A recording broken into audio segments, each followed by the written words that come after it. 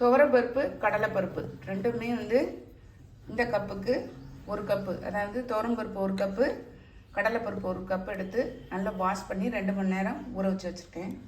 ஒரு சின்ன medium size வெங்காயத்தில் பாதி வெங்காயம் வந்து சின்னதாக கட் பண்ணி வச்சுருக்கேன். சின்ன துண்டு இஞ்சி, 2 பச்சை மிளகாய், 2 காஞ்ச மிளகாய், ஒரு 3 டேபிள் ஸ்பூன் அளவு தேங்காய் துருவல் மிக்சியில் போட்டு ஒரு ஓட்டி வச்சுருக்கேன். கொஞ்சம் கொத்தமல்லி தழை, இது போக பெருங்காயம் தேவைப்படும். நல்லா அரைச்சிட்டு வந்துட்டு பாருங்க, அதாவது குறகுறப்பாக அரைச்சிட்டு வந்துருக்கேன். இப்போ நம்ம வந்து நல்லா வந்து தண்ணியை வடிச்சிருக்கேன். நல்லா சுத்தமாக தண்ணியை வடிச்சிடணும். இதை வந்து இந்த மிக்சி ஜாரில் சேர்த்துடலாம். சேர்த்துட்டு இதையும் குறகுறப்பாக அரைச்சிட்டு வரணும்.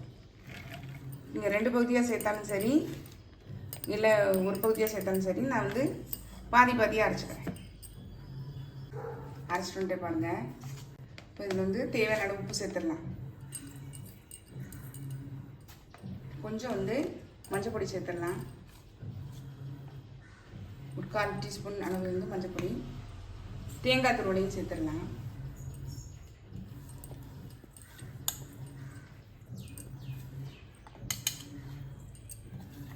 தேங்காய் துருவலில் நம்ம இஷ்டம்தான், கூடுதலாக குறையாகவும் நம்ம சேர்த்துக்கலாம். அது மாதிரி இந்த வெங்காயமும் வேணுன்னா சேர்த்துக்கலாம், வேண்டாம்னா ஸ்கிப் பண்ணிடுங்க. வெங்காயம் சேர்த்துக்கிறேன். கொத்தமல்லி தழை, இதையும் நம்ம வந்து நல்லா சின்னதாக பிச்சு சேர்த்துக்கலாம். கட் பண்ணிக்கலாம், நீங்கள் கட் பண்ணிவிட்டு சேர்த்துக்கோங்க. இதெல்லாத்தையும் நல்லா மிக்ஸ் பண்ணி விட்டுறலாம். முடிஞ்ச வரைக்கும் வந்து நம்ம வந்து திக்காகவே இது பண்ணிக்கலாம். அதாவது கொழுக்கட்டை வந்து புளிக்க வரணும். தண்ணி சரியாக ட்ரைன் பண்ணாமல் அரைச்சிங்கன்னா வராது, புளிக்கிறதுக்கு வராது. நல்லா மிக்ஸ் பண்ணி விட்டேன் பாருங்கள். இட்லி தட்டில் இருக்கீங்களா, அந்த அது மினி இட்லி ஊற்றுற தட்டில் நல்லா எண்ணெய் தடவி வச்சுருக்கேன். இப்போ இதை வந்து நல்லா நம்ம வந்து சின்ன சின்ன கொழுக்கட்டை மாதிரி நம்ம பிடிச்சிக்கலாம்.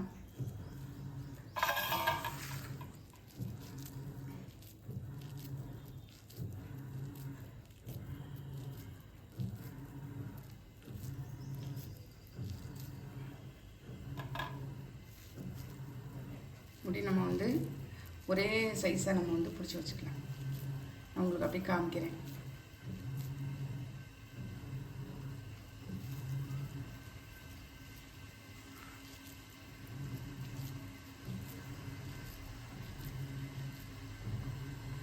பிடிச்சி வச்சுட்டு காமிக்கிறேன்.